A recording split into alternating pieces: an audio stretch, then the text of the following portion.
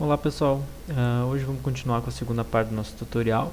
Então, na primeira parte a gente instalou o Python, instalou algumas ferramentas, Bazaar, Git, Postgre, instalamos referências e baixamos o código-fonte. Então eu vou revisar um pouquinho aqui agora a estrutura do OpenRP. Então, se vocês conseguiram continuar a primeira parte do tutorial e baixar, vocês vão ter essa seguinte estrutura de arquivos aqui. Então, foi baixado os módulos Account, ADD11, Core Brasil, Fiscal Rules, Server e Web. Os módulos mais importantes são Server e Web. Com esses dois o OpenRP já está funcionando. Os outros, eles vão adicionar funcionalidades ao OpenRP. Então, vamos acessar aqui a página ADD11 para vocês entenderem o que é. Como vocês podem ver aqui, no ADD11 aqui vai ter todos os módulos do OpenRP. Ele é modular, então aqui, por exemplo, tem o portal, o módulo de projetos, o módulo de recursos humanos, o módulo de vendas. Então ele é todo separado por módulos. Então a parte principal do OpenRP, o server e web, e essas outras pastas aqui, elas adicionam funcionalidades ao OpenRP. Se vocês acompanham a lista do OpenRP Brasil, foi falado algum tempo atrás sobre novas branches RSOCB. O que são essas novas branches RSOCB? Elas são branches mantidas pela comunidade, pelos desenvolvedores, não pela OpenRP, não é uma branch oficial. Então o que significa aqui? Eles adicionam, eles corrigem bugs adicionais nessas branches. E toda noite é pegado o código da versão oficial. A versão oficial está nesse endereço aqui, nesses dois endereços aqui e nesse ADD1, essa é a versão oficial. E essa versão aqui é uma versão mantida pela comunidade. Então o OpenRP, a versão brasileira, ela é para funcionar melhor com essa versão aqui. Mas eu também já instalei várias vezes nessa versão. Continuando aqui no nosso a gente vai baixar uma versão, essa versão OCB aqui, só para vocês terem uma ideia de como vocês podem utilizar várias branches separadas durante o desenvolvimento. Vocês não precisam utilizar apenas uma, vocês podem usar várias, apenas vocês vão precisar modificar um arquivo de configuração para pular de uma para outra. Então aqui eu posso usar aqui sudo bzr branch. Eu vou usar o bzr checkout, que ele é mais rápido, ok? A opção lightweight, e vou copiar esse endereço aqui. Então, só com isso eu já vou conseguir baixar a minha branch OCB. Então, caso vocês queiram utilizar, vocês podem utilizar essas três aqui ou as três versões oficiais, ok? Qualquer uma das duas vai funcionar com a versão brasileira. Okay. Enquanto baixa aqui, a gente vai configurar o Postgre para rodar. Ok. Deixa eu abrir um outro terminal. Então, para instalar o Postgres, como eu tinha falado a última vez, é bem simples. apt-get install Postgres SQL. Para mim ele já está instalado, então já está com a última versão. Ele não vai precisar instalar nada. Ok? A gente vai precisar setar a senha do Postgres e criar um usuário. Ok? Para isso eu aconselho instalar primeiramente o pgadmin. Ok? Então sudo apt-get install pgadmin 3. Então no meu caso já está instalado, ele não vai pedir para instalar, mas esse é o comando. Ok? Deixa eu voltar nesse último. Então, antes de a gente acessar pelo pgadmin, precisa fazer alguns comandos no Postgres. Então, para modificar a senha do Postgres, a gente vai usar esse comando aqui, sudo -u Postgres PSQL Postgres. Então ele vai entrar no prompt de comando do PSQL e a gente vai poder digitar esse comando aqui para alterar a senha do usuário Postgres, ok? Então ele vai, vamos colocar a senha 12345, 12345. Então já foi alterada a senha do Postgres, ok? Aqui a gente não vai precisar, a gente pode criar, se vocês estiverem num servidor, vocês vão ter que digitar esses comandos todos pela linha de comando, mas eu vou fazer diretamente pelo pgadmin, ok? Então aqui eu já posso sair do Postgres, barra aqui para sair. Então agora eu vou acessar o pgadmin. Ok. Vocês vão ter que vir aqui em adicionar conexão para o servidor. Vocês vão usar qualquer nome aqui e vocês vão colocar localhost. Então o serviço Postgres e a senha que vocês colocar, no caso 12345. E conectar. Aqui eu já tenho conectado ao localhost. Ok, então aqui vocês podem ver que eu já tenho várias bases de dados. Não vai ser necessário criar essa base de dados por enquanto. A única coisa que vocês vão precisar criar é criar um usuário para o Postgres. Então vocês vão vir aqui em New Login Role. Vocês vão adicionar um nome fictício, Open, definição, vou colocar uma senha, 12345, 12345. E vão dar alguns, aqui ele é super usuário, que eu seleciono todas as opções. Com certeza no servidor vocês vão querer restringir algumas opções aqui, mas ele tem que ter a opção de criar database objects, porque ele vai precisar criar as colunas e tabelas do banco de dados, ok? Então eu posso vir aqui e criar. Então já criou um outro usuário para o Postgres. Então no Postgres era isso, a gente não precisa mais configurar nada por aqui, agora vai ser tudo a partir do OpenRP. Ele vai criar o banco de dados e ele vai criar as tabelas do banco de dados. Então, como vocês podem ver aqui, ele cria todas as tabelas automaticamente, ok?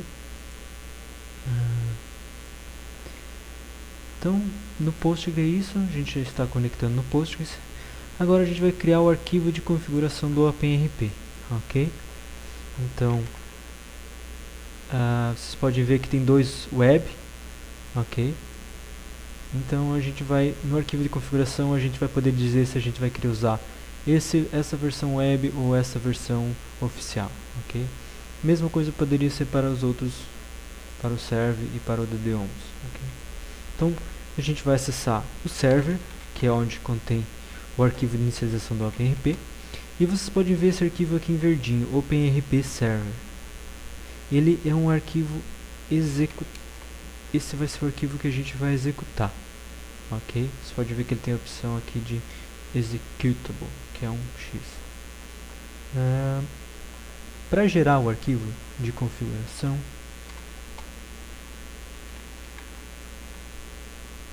a gente vai executar esse comando OpenRP Server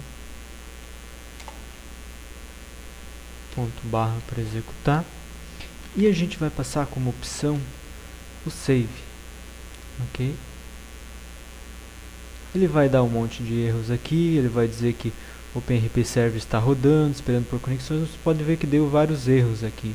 Então, na verdade, ele não está executando ainda. Se vocês tentarem acessar localhost 2.8069, ele vai, se você tentar acessar esse endereço aqui, ele vai dar vários erros, vai dizer que não foi encontrado nenhum handler, ok? Então isso aqui, esse comando aqui é apenas para gerar o arquivo de configuração, ok? OpenRP server --save. Então aqui a gente pode dar um Ctrl Z para fechar, para parar o serviço, e a gente vai para o home, ok? Se a gente der um ls aqui não vai aparecer nada, mas se a gente der um ls-a vai aparecer esse arquivo aqui, ó, openrp.openrp server rrc. Então a gente vai dar um comando aqui nano.open, só para a gente ver o que tem nesse arquivo.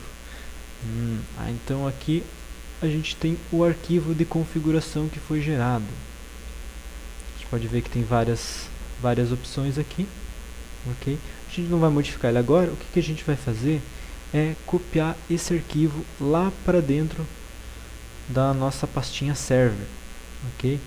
Então a gente vai mover o ponto OpenRP Server para a pasta OpenRP Server e vamos chamar ele de openrp.config. Então, se a gente der um ls-a, ele já não está mais aqui. E vamos para a pasta server. E vamos dar um ls aqui. Pode ver que ele já está aparecendo aqui, openrp.config. Agora sim a gente vai modificar ele. openrp.config. E a gente vai modificar. Essa senha admin password é a senha que é utilizada para criar o banco de dados. Então ele vai fornecer uma interface que eu vou mostrar depois para vocês criar o primeiro banco de dados. Então essa senha vai ser a senha que você vai ter que digitar lá. Então eu recomendo mudar, né? Colocar 1, 2, 3, 4, 5. O nosso host, a gente vai colocar localhost, acessar localhost. dbnames pode deixar como falso. dbpassword, no caso aqui tem 5. dbporta 5432. O template onde o DB template vai ser instalado. E o usuário que a gente criou lá foi o Open. Ok? Então essas são as configurações do banco de dados. Ok? A gente pode salvar. E o add-ons-pf é a parte mais importante, que a maioria das pessoas tem problema quando que não consegue achar os módulos. Então esse add-ons-pf é onde o OpenRP vai tentar procurar os módulos para rodar o OpenRP. Então vamos sair aqui, vamos só dar um pwd para a gente ver onde que a gente está. A gente está dentro do server. Vou voltar aqui. Então a gente vai ter que adicionar o caminho para o account, para o add-ons, para a versão brasileira do core, para fiscal rules, para server e para web. Ok? Então nós temos que adicionar esses 5 caminhos naquele add-ons-pf. Ok?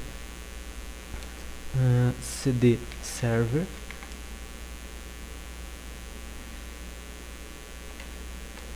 Então a gente vai começar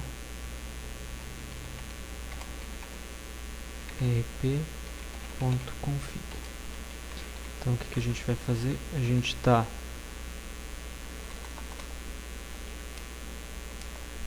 Então a gente vai voltar um nível e vai acessar web barra add-ons, que é a parte web, vírgula, voltar um nível, acessar add-ons, vírgula, volta um nível, acessa fiscal rules, ponto, barra, core Brasil. Aqui a gente tem 4 e o último é o server, vai ser openrp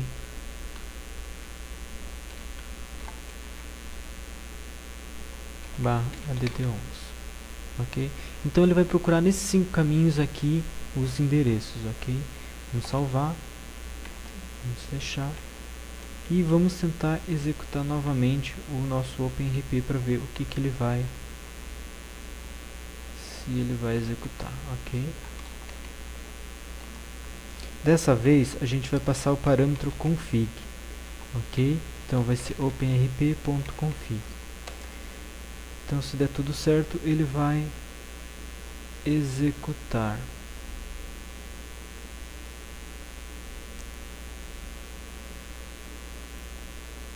Então você pode ver aqui que ele falhou para carregar o módulo web. Então significa que lá no nosso caminho a gente está passando alguma coisa errada. Você pode ver que aqui ele concatenou, então ele adicionou esse endereço, esse e esse. Então provável que esse endereço aqui, web add-ons, está errado. Vamos só dar uma verificada. cd.fonto, cd web DD11 ls pwd home ubuntu openrp web add11. Ele não achou. Tá tudo correto. Ok, ele está dando um import erro aqui, no módulo named unit test. Então esse erro vai sempre ocorrer, até porque esse manual de instalação aqui que a gente fez no último vídeo, esse comando aqui que a gente executou, eu falei que estava desatualizado. Por quê? Porque ele ainda pede alguns outros pacotes que não estão nesse comando aqui. Então aqui nesse link aqui eu tenho todos os comandos necessários. Então se der algum erro desse, por exemplo, no modo name de unit test, vocês vão vir aqui procurar qual que é o comando para instalar unit test. Então aqui, sudo pip install unit test 2. Então a gente vai executar esse comando. Teste 2. Comando não instalado pip, então a gente vai instalar primeiro o pip. Sudo apt-get install python pip. Ok, ele vai instalar rapidinho.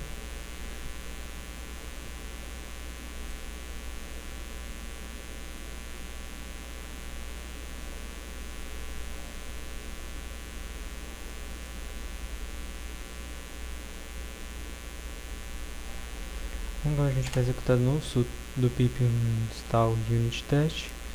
Instalou. Vamos voltar lá para o server.openrp server config openrp.config. Ok. Então no módulo name mock, então a gente vai ter que instalar o mock também. A gente vai parar aqui. Sudo pip install mock. Instalou. Vamos tentar executar novamente. Aqui é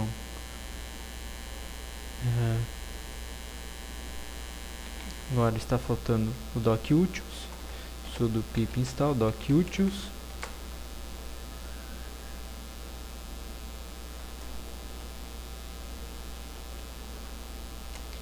Mais uma vez.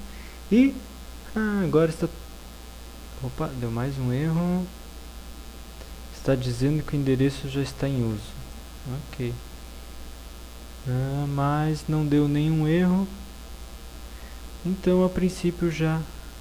Aqui está reclamando o Jinja 2, então vamos instalar mais o Jinja 2.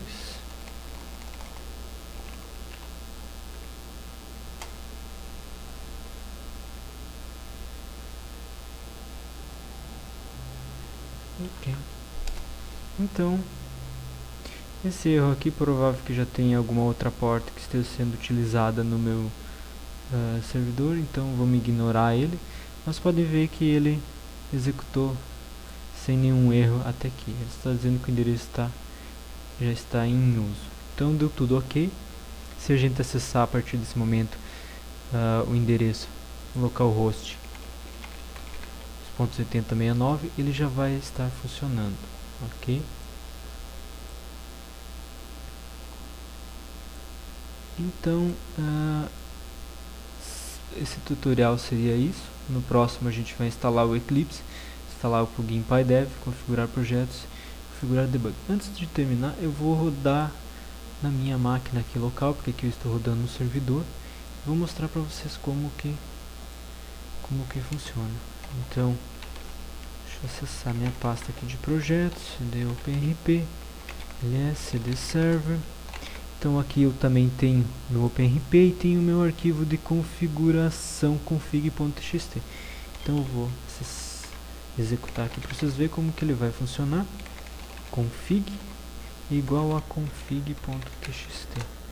Então vocês podem ver aqui na minha máquina ele está demorando um pouco, mas ele Aqui eu também passei no demonspef, todos os caminhos certinhos. Você tem que sempre verificar se ele está executando isso aqui certinho, se existem todos esses caminhos, ok? E ele vai dar algumas informações. Você pode ver que agora o endereço não está em uso. Ele me deu uma mensagem que o serviço está rodando nesse endereço. Então vou acessar aqui localhost .8069 e a gente vai verificar que ele está executando. Então, a primeira vez que vocês vão executar, ele não vai cair nessa tela aqui, ele vai cair nessa tela aqui de banco de dados, porque vocês não criaram nenhum banco de dados. Então aquela senha lá que eu falei, que ia no arquivo de configuração, vai ser a senha que vocês vão colocar aqui. Vou criar um banco de dados e tal, mas isso é assunto para um próximo vídeo, ok? Obrigado por assistir.